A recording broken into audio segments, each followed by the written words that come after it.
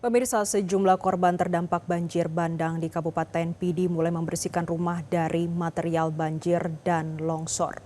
Dan saat ini pemirsa kita akan mengetahui informasi selengkapnya akan disampaikan jurnalis Metro TV ada Rudi Hermawan yang akan melaporkan langsung dari Kabupaten Pidi Aceh. Rudi, bagaimana kondisi terkini langsung dari Pidi Aceh?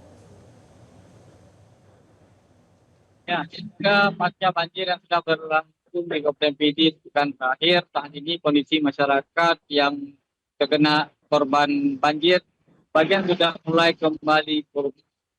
Dan saat ini juga aktivitas masyarakat sudah mulai meningkat dibandingkan beberapa hari kemarin. Saat ini kebanyakan masyarakat mulai melakukan aktivitas terutama membersihkan rumah mereka yang tertimbun lumpur. Dan juga ada di beberapa tempat bahkan ada sekelompok masyarakat yang bergotong royong untuk melakukan aktivitas pembersihan dikarenakan lumpur yang tertimbun perkangar rumah dan Kota rumah mereka. telepon ini. Di sisi lain juga masyarakat di Kabupaten Pidi yang terkena dampak korban banjir, sebagian juga sudah mulai beraktivitas seperti pesawat dan juga mulai bekerja secara perlahan. Artinya kondisi ini mulai menunjukkan eh, daerah Kabupaten Pidi yang terkena dampak banjir mulai berangsur normal. Berdasarkan data yang kita terima di Kabupaten Pidi, belasan kecamatan yang terkena dampak banjir, biasanya terdapat 170 lebih desa yang terendam banjir kemarin. Kondisi saat ini juga sebagian pengungsi masih berada di tempat pengungsian mengingat rumah mereka masih banyak yang belum bisa ditempati karena tertimbun lumpur. Oleh sebab itu, para pengungsi tetap bertahan meskipun sehari-hari mereka sudah mulai kembali ke rumah untuk mengecek barang-barang yang tersisa akibat terendam banjir kemarin. Dan informasi yang kita laporkan juga bahwa di berbagai perkampungan maupun di pusat-pusat kecamatan aktivitas masyarakat kini sudah jauh mulai meningkat, baik arus lalu lintas sudah sangat ramai kita lihat karena kondisi ruas jalan yang sudah bisa diakses oleh pengendara dikarenakan sudah dilakukan pembersihan pemerintah sendiri yang dibantu oleh tim dari TNI dan JPK. Iya Rudi, tampak warga sudah mulai membersihkan rumah-rumah. Sekarang kami ingin bertanya, karena di belakang Anda ini menarik, tulisannya adalah posko donasi bagi korban banjir. Bagaimana dengan bantuan yang diterima masyarakat di Pidi sampai saat ini? Baik, Jessica. Terkait bantuan memang pemerintah Kabupaten Pidi dan juga dari berbagai instansi terus menyalurkan bantuan untuk korban banjir di dalam semua wilayah dalam Kabupaten Pidi. Bantuan yang disalurkan memang dilakukan secara bertahap. Namun untuk pemenuhan makanan untuk korban banjir saat ini harus dipusatkan di posko pengungsian ataupun di dapur umum. Dikarenakan masyarakat setelah nanti melakukan aktivitas di rumah langsung mendapatkan pasokan makanan di dapur umum dikarenakan tidak ada aktivitas di rumah mengingat kondisi rumah yang belum bisa melakukan aktivitas memasak dan kondisi yang paling sulit adalah kelangkaan gas LPG sehingga masyarakat ini sangat rentan tidak bisa melakukan aktivitas memasak di rumah. Sementara di kota saat ini juga 2 hari terakhir kita melihat ada beberapa posko dari mahasiswa maupun dari komunitas pemuda kampung yang tidak terdampak banjir mulai menggalang dana maupun bantuan untuk korban banjir yang nantinya dipusatkan untuk daerah-daerah yang paling parah. Bantuan yang diterima di sini juga sebagian berupa pakaian bekas ataupun barang logistik dan lainnya. Dan intinya bantuan yang digalang oleh mahasiswa di kota ini dipusatkan nanti untuk daerah-daerah terpencil ataupun daerah-daerah yang parah terdampak banjir. Sementara di Kabupaten Pidi, alhamdulillah saat ini masih bisa tertangani dengan baik oleh pemerintah daerah karena kondisi masyarakat hanya terdapat 7 rumah yang rusak parah di Kecamatan Tangsi daerah terpencil. Sementara di daerah kecamatan lain memang tidak ada terjadi kerusakan yang parah sehingga masyarakat dilibatkan kembali untuk melakukan aktivitas secara juga memang ada sebagian masyarakat yang memang sudah mulai menyerah, artinya tidak sanggup membersihkan rumah mereka yang tertimbun lumpur, mengingat kondisi pemadaman arus listrik dan kesulitan air bersih untuk membersihkan di dalam rumah, sehingga mereka lebih menunda pekerjaan dan melakukan aktivitas lain yang bisa mereka pindah-pindah. Di sisi lain yang perlu kita informasikan juga bahwa meski para masyarakat sudah bisa kembali ke rumah, namun bantuan yang diharapkan sangat dibutuhkan oleh masyarakat. Mengingat pasca pemulihan ini membutuhkan waktu yang lumayan panjang.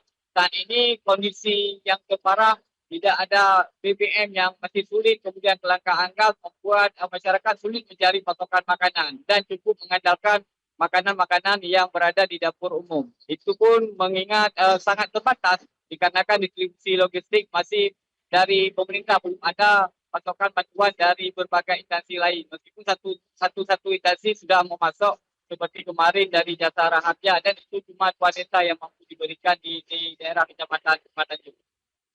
Jessica. Rudi, tadi Anda menyampaikan distribusi logistik baik dari sisi BBM dan juga makanan masih dibutuhkan masyarakat dan saat ini masyarakat mengandalkan dari dapur umum. Rudi, tapi kalau terlebih dari itu kita akan melihat apakah ada kenaikan harga bahan pangan di sana? Ya, memang dari pasca banjir kemarin terjadi harga bahan pangan memang sangat tinggi kenaikan. Namun hingga saat ini kita pantau sedikit di beberapa pasar yang berada di dekat korban terdampak banjir, sejumlah harga pangan memang ada mulai sedikit stabil. Seperti cabai merah yang sebelumnya tembus sampai 200.000, hari ini pantauan kita berada di harga 80.000 rupiah. Sementara harga-harga lain juga mulai stabil, namun pasokan barang yang tidak begitu melimpah karena kan Kabupaten Pidi mengandalkan satu jalur, yaitu pasokan barang dari Sumatera Utara.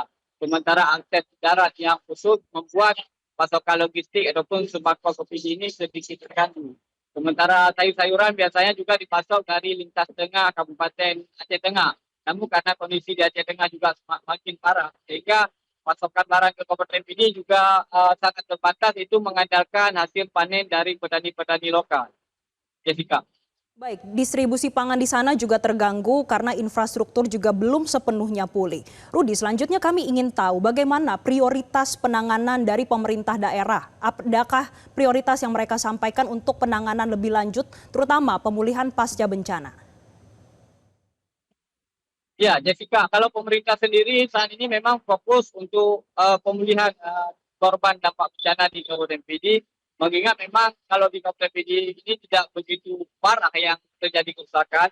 Namun di beberapa lokasi seperti yang menjadi fokus utama pemerintah saat ini di daerah Blang Pandak, Kecamatan Tangsi, yaitu daerah terpencil di Pegunungan Halimun, itu informasi yang kita terima, pemerintah dari semalam Bupati juga sudah berada di sana untuk bermalam dengan pengungsi dan membawa sekitar sejumlah unit tenda darurat untuk bagi masyarakat yang memang kehilangan rumah sama sekali.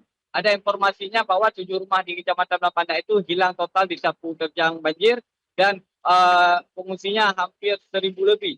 Jadi kondisi itu membuat pemerintah di lokasi-lokasi tertentu dalam penanganannya menyuplai bantuan-bantuan yang memang sangat dibutuhkan, terutama untuk kebutuhan bayi, balita, ibu hamil, dan lansia.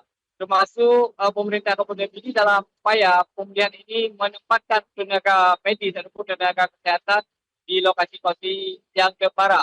Dan sementara di desa-desa yang memang terjangkau dengan kabupaten ataupun di ibu kota, sejumlah tenaga medis barangkali bisa langsung berada di posko, namun nantinya kembali ke tempat.